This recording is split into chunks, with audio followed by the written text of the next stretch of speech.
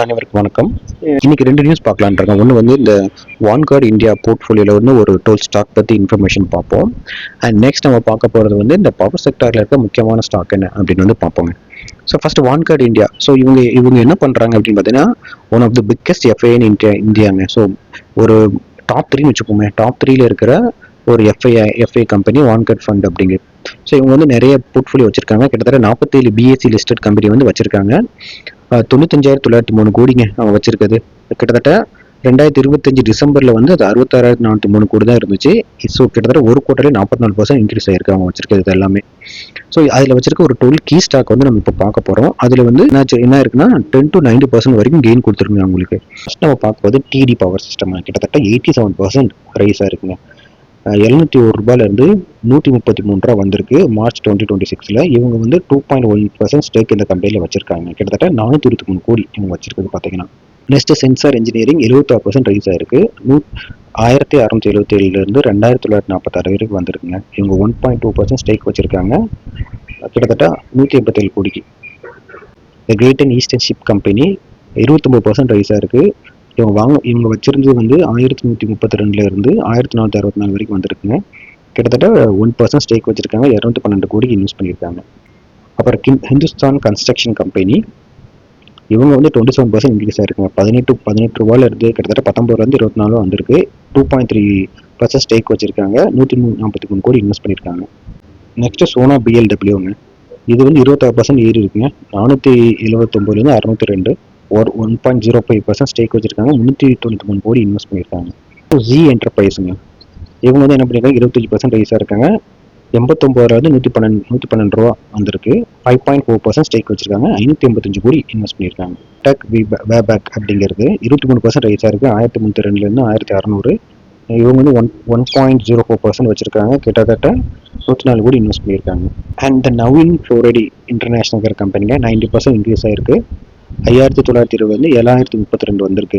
1% stack வச்சிருக்காங்க. 366 கோடி invest பண்ணியிருக்காங்க. அண்ட் அப்போலோ ஹாஸ்பிட்டல் வச்சிருக்காங்க. கிட்டத்தட்ட 18% ரைஸ் ஆயிருக்கு. 7000லேருந்து 8304 வந்துருச்சுங்க. கிட்டத்தட்ட 1.02% ஸ்டேக் வச்சிருக்காங்க. 1213 கோடி இன்வெஸ்ட் பண்ணியிருக்காங்க. பிடிசி இந்தியாங்க. ஸோ இவங்க 14% ரைஸ் ஆயிருக்காங்க. 164 184 வந்திருக்கு. ஸோ இவங்க வந்து 2.2 ஸ்டேக் வந்து வச்சிருக்காங்க. 120 கோடிக்கு வந்து இன்வெஸ்ட் பண்ணியிருக்காங்க. ஃபெடரல் பேங்க் 14% இன்க்ரீஸ் ஆயிருக்கு. 267 304 வந்திருக்கு. 2.1% ஸ்டேக் வச்சிருக்காங்க. 1526 கோடி இன்வெஸ்ட் பண்ணியிருக்காங்க. ஸோ இந்த மாதிரி ஸ்டாக் இந்த மாதிரி பெரிய கம்பெனிஸ் வைக்கும்போது நம்மகிட்ட இருந்துச்சு இல்லை நம்ம வாங்கலாம்னு ஐடியா இந்த மாதிரி ஸ்டாக் நம்ம ஸ்டடி பண்ணலாம். ஏன்னா இவங்க ஆல்ரெடி ஒரு ஸ்டடி பண்ணி தான் சூஸ் பண்ணிப்பாங்க. நம்மளும் ஸ்டடி பண்ணிட்டு நம்மளோட போர்ட்ஃபோலியோக்கோ நம்மளோட ரிஸ்க்கு ஏற்ற மாதிரி இந்த ஸ்டாக்ல இதெல்லாம் வாங்கலாம்.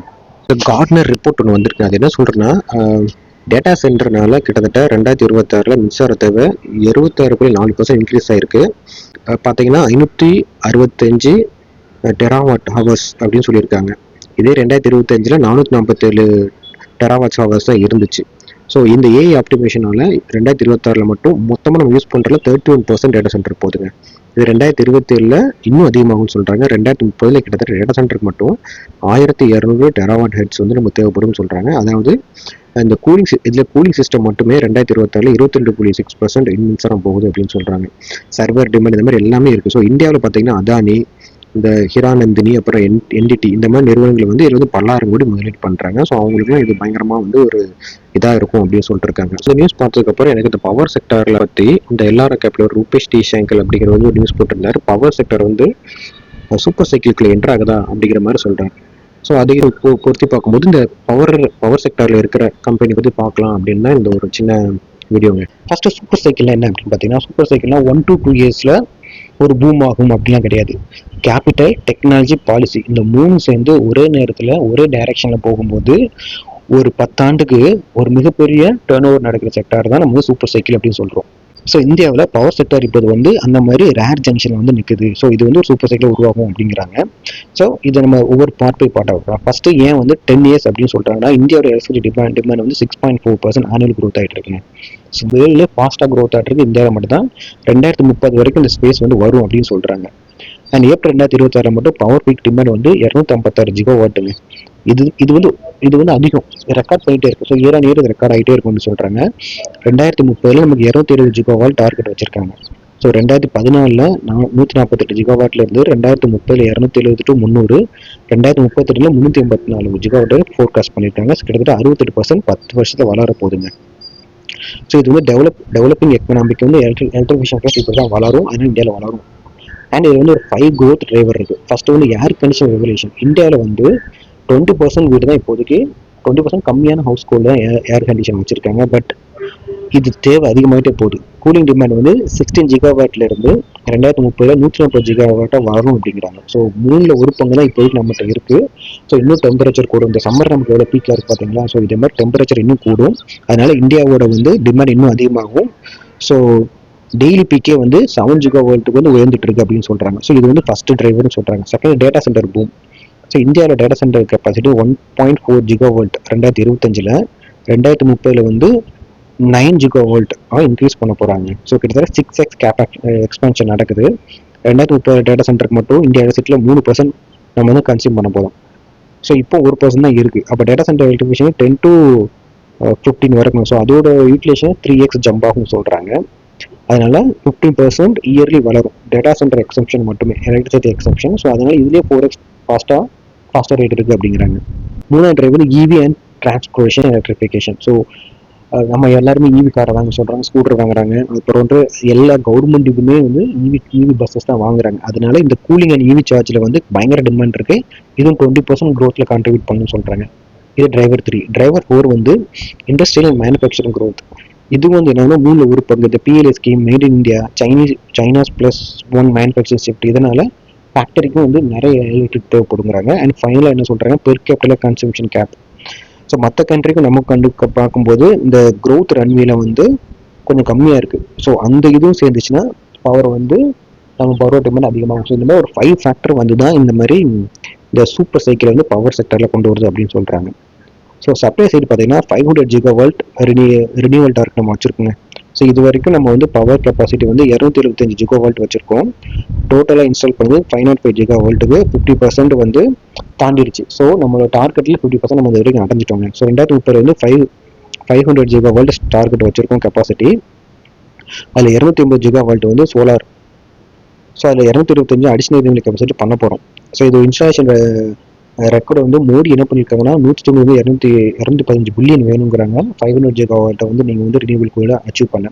ஸோ டிரான்ஸ்மிஷன், டிஸ்ட்ரிபியூஷன், ஸ்டோரேஜ் இது எல்லாமே சேர்த்து கிட்டத்தட்ட 340 to 385 பில்லியன், அதாவது 28-32 லட்சம் கோடி வந்து இந்தியாவுக்கு இன்வெஸ்ட்மெண்ட்டே வரணும் அப்படின்னு சொல்கிறாங்க. இதெல்லாம் வரணும் ஃபர்ஸ்ட் இன்வெஸ்ட்மெண்ட்டாக. இதெல்லாம் வந்துச்சுன்னா பயங்கரமாக வளரும் அப்படிங்கிறாங்க. அதுக்கப்புறம் டிரான்ஸ்மிஷனில் பயங்கரமாக இன்வெஸ்ட் பண்ணுறாங்க. கிட்டத்தட்ட 9 லட்சம் கோடி வந்து நம்ம கவர்மெண்ட் இன்வெஸ்ட் பண்ணும்போது இது தமிழ்நாட்டோட ஜிடிபி 3 மடங்கு அதிகம். ஏன் அப்படின்னு சொல்கிறாங்கன்னா ரினியூவல் எனர்ஜியில் ஒரு ப்ராப்ளம் இருக்குது. உங்களுக்கு தெரியும், சோலாராக இருக்கட்டும், விண்டாக இருக்கட்டும். காற்று அடிக்கும் போது விண்டு வரும், விண்ட் பவர் வரும்.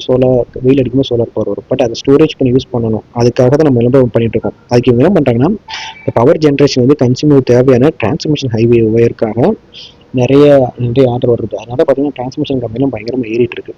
ஸோ அவங்களுக்கு வந்து இது நிறைய வருகிறாங்க. ஸோ பவர் கிரிட் கார்பரேஷன் இது வந்து நம்பர் 1ங்கிறாங்க. ஸோ பவர் கிரிடோட கேபெக்ஸ் வந்து இப்போதைக்கு 35,540 கோடி. ஸோ நெக்ஸ்ட் 2 இயர்ஸ்ல அவங்க என்ன சொல்றாங்கன்னா 1.08 லட்சம் கோடியாக மாட்ட போறாங்க. கிட்டத்தட்ட 3.6 லட்சம் கோடிக்கு அவங்க பைப்லைன் இருக்கு பவர் கிரிட் கார்பரேஷன். ஸோ நீங்கள் அதை நோட் பண்ணிக்கோங்க.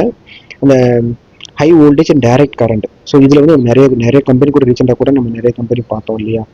ஸோ இதில் வந்து ரொம்ப தூரமாக டிரான்ஸ்ஃபர் பண்ணுற ஆப்ஷன் வந்து கிட்டத்தட்ட 31 பில்லியனுக்கு வளரும் அப்படின்னு நம்ம வந்து சொல்லியிருக்காங்க. ஸோ இதில் இருக்க கம்பெனி நம்ம ஆல்ரெடி நம்ம பழைய வீடியோலாம் பார்த்துருப்போம். நீங்கள் பாருங்கள், இந்த அட்லாண்டா எலக்ட்ரிசிட்டி கூட பார்த்தோம். அது இது ஒன் ஆஃப் த கம்பெனி தான். அது இல்லாமல் சாந்தி பில் அப்படின்னு இன்ட்ரடியூஸ் பண்ணியிருக்காங்க. இந்த சாந்தி பில் என்ன வரப்போகுது அப்படின்னு பார்த்தீங்கன்னா இது வந்து இந்த நியூக்ளியர் எனர்ஜிக்கான பவரை வந்து கொஞ்சம் நியூக்ளியர் எனர்ஜிக்கான டேர்ம்ஸ் அண்ட் கண்டிஷனை கொஞ்சம் ரீஃபைன் பண்ணியிருக்கு. அதனால ஈஸியாக அவங்களால நியூக்ளியர் பிளான் கொண்டு வர முடியும் அப்படிங்கிறது சாந்தி பில் அப்படிங்கிறது. இதனால கவர்மெண்ட் மட்டும் தான் நடத்தணுங்க, ப்ரைவேட்டும் கொண்டு வரலாம் அப்படிங்கிறாங்க. ஸோ ப்ரைவேட் ப்ளஸ் கவர்மெண்ட் இந்த ரெண்டுமே சேர்ந்து ஃபர்ஸ்ட் டைமாக வந்து கொண்டு வரலாம் அப்படின்ட்டு இருக்காங்க. ஸோ புதுசாக நியூக்ளியரில் நம்மளோட டார்கெட் வந்து 22 ஜிகாவால்ட் 2032 2040 100 ஜிகாவால்ட் நியூக்ளியர் வந்து பண்ண போகிறோம். ஸோ இந்த சாந்தி பில் வந்து ஒரு முக்கியமான விஷயங்க. சோலார் விண்ட் மட்டுமே நமக்கு போராதனால தான் நம்ம வந்து நியூக்ளியர் எனர்ஜி கூட்டி போகிறோம். இதுக்கே கிட்டத்தட்ட 20,000 கோடி ஆல்ரெடி நம்ம வந்து இன்வெஸ்ட் பண்ணியிருக்கோம்.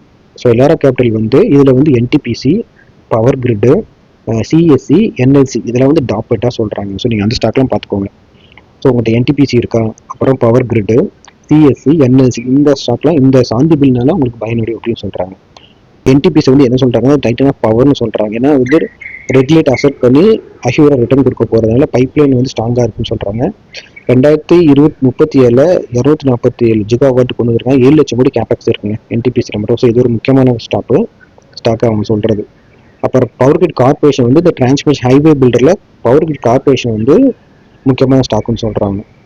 அது போக அதானி எனர்ஜி சொல்யூஷன், அப்புறம் சிஎஸ்சி, அப்புறம் என்எல்சி, இதெல்லாம் வந்து எல்லாரா கேபிட்டல் சொல்கிற ஒரு முக்கியமான கம்பெனிங்க.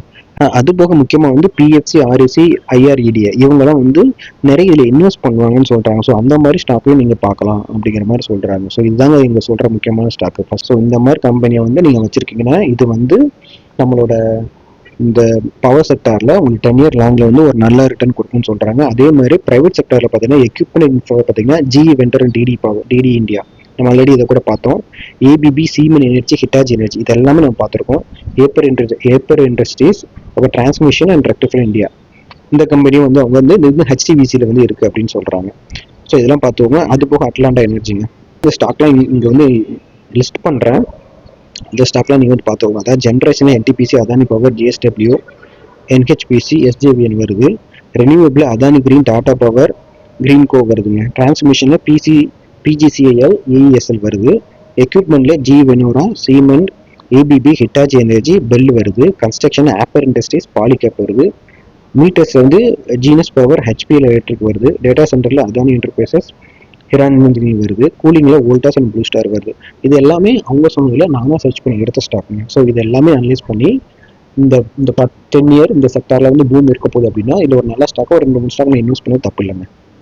இது எல்லாமே நடக்கணும். நமக்கு வந்து இந்த ஸ்டாக்கை பிக் பண்ணுறது மட்டும் மேட்டர் இல்லை. இந்த சூப்பர் சைக்கிள் வந்து டிஸ்கனெக்டாக இருக்கக்கூடாது. ஏன்னா இப்போ இருக்கிற ஸ்டாக் எல்லாமே ஆல்ரெடி பார்த்தோம். அந்த ஹெச்டிவிசியில் இருக்கிற ஸ்டாக் எல்லாமே ஆல் டைம் ஹையில் இருக்குது. பி ரொம்ப அதிகமாக இருக்காது. அந்த மாதிரி ஸ்டாக்லாம் வாங்கக்கூடாது. நமக்கு எது கிடைக்குதோ அதை வாங்கிட்டு அமைதியாக இருக்குது பெட்டர் எனக்கு தோணுதுங்க. ஸோ அதனால் பார்த்துக்கோங்க. So NTPC, power grid, NHPC வந்து கன்சர்வேட்டிவ் இன்வெஸ்டருக்கு வந்து ஒரு கன்சர்வேட்டிவான ஸ்டாக். எல்லாமே கவர்மெண்ட் பேக்கெட் ஸ்டாக்னா ரொம்ப கீழே போக ரொம்ப மேலே போக மாடரேட்டாக வளரும். நீங்கள் கொஞ்சம் ரிஸ்க் எடுக்கிறீங்க அப்படின்னா CSC, NLC India, Adani power போகலாங்க. ஏன்னா அது கொஞ்சம் ஓரளவுக்கு மீடியமாக இருக்கிற மாதிரி ஸ்டாக்காக இருக்குது. ரொம்ப அக்ரெசிவாக போகிறீங்கன்னா அதானி எனர்ஜி சொல்யூஷன், ஜி வெண்டரா, டிடி அண்ட் ஆப்பர் இண்டஸ்ட்ரி இது எல்லாமே ஆல்ரெடி ஹையில் இருக்குது. ஸோ உங்களுக்கு வேணும் அது வந்து யூஸ் பண்ணிக்கோங்க. அது இல்லாமல் நிஃப்டி எனர்ஜி இடிஎஃப் இருக்குது, நிஃப்டி இன்ஃப்ராஸ்ட்ரக்சர் இடிஎஃப் இருக்குது. இது எல்லாமே பவர் செக்டரோட எக்ஸ்போஷர் இருக்குது. நீங்கள் கூட அப்படி கூட யூஸ் பண்ணிக்கலாங்க. ஸோ இந்தியன் பவர் சப்ளை வந்து 3 மாற்ற முடியாத உண்மை இருக்குங்க. ஃபஸ்ட்டு வந்து 6.4% ஆண்டாண்டு வளர்ந்துட்டு இருக்குங்க. ஏசி, டேட்டா சென்டர், இவி இண்டஸ்ட்ரி எல்லாமே வளர்ந்துட்டு வருது. அதனால அது கண்டிப்பாக வேணும். ரெண்டாவது சப்ளை கேப் இருக்குது. நம்ம 225 ஜிகாவாட் நமக்கு வந்து பத்தலை. ரினியூவபிள் எனர்ஜி தேவைப்படுது. டிரான்ஸ்ஃபர்மேஷன் இன்ஃப்ராஸ்ட்ரக்சர் தேவைப்படுது. அதெல்லாம் இருந்தால் தான் நம்மளால் சப்ளை கேப் வந்து ஃபில் பண்ண முடியும். மூணாவது வந்து பாலிசி வந்து புஷ் பண்ணுறாங்க. சாந்தி பில் வச்சிருக்காங்க, 500 ஜிகாவாட் டார்கெட் வச்சிருக்காங்க, 9.15 லட்சம் கோடி வந்து இன்வெஸ்ட்மெண்ட் பிளான் வச்சிருக்காங்க. இதெல்லாம் சேர்ந்து தான் இதை வந்து ஒரு கோல்டன் டிக்கெடாக இந்த பவரை வந்து மாற்ற போது நம்ம நினைக்கிறோம். ஸோ அதனால் இந்த நான் சொன்ன ஸ்டாக்ஸ்லாம் நீங்கள் ஒரு மாதிரி ஸ்டடி பண்ணுங்கள். உங்கள் அட்வைஸரோட டிஸ்கஸ் பண்ணி ஒரு நல்ல முடிவாடுங்க. இந்த வீடியோ ரொம்ப யூஸ்ஃபுல்லாக இருக்குன்னு நினைக்கிறேன். ரொம்ப நன்றி, வணக்கம்.